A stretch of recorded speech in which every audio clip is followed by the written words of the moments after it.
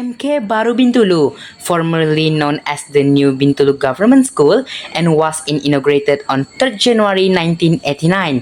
Now, SMK Baru Bintulu has achieved various successes in terms of academic and co-curriculum. Hi, my name is Alessandro.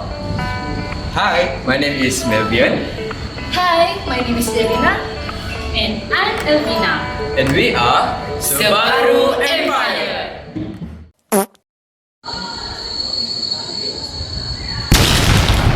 What's this?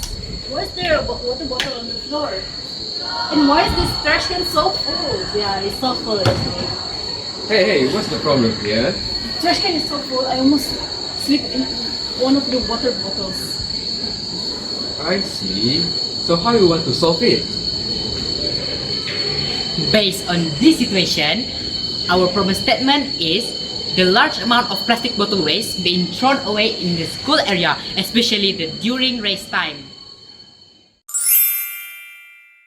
Solution is we create a food map, or we call it tech map. The component inside the tech map is piezoelectric size 35 mm. It will generate electricity. Second, we use a bottle and its cap to be a map. Also, we use an energy harvesting board. The board will be an energy receiving medium, and we use a wire. The wire will receive the energy from the piezoelectric. And the last one, we will use a battery. The battery will save the energy from the piezoelectric. This project not only provides an additional energy source for the school to power small devices, but also helps students clean their shoes after physical education activities when their soles are dirty with grass and soil, ensuring that classroom floor remain clean.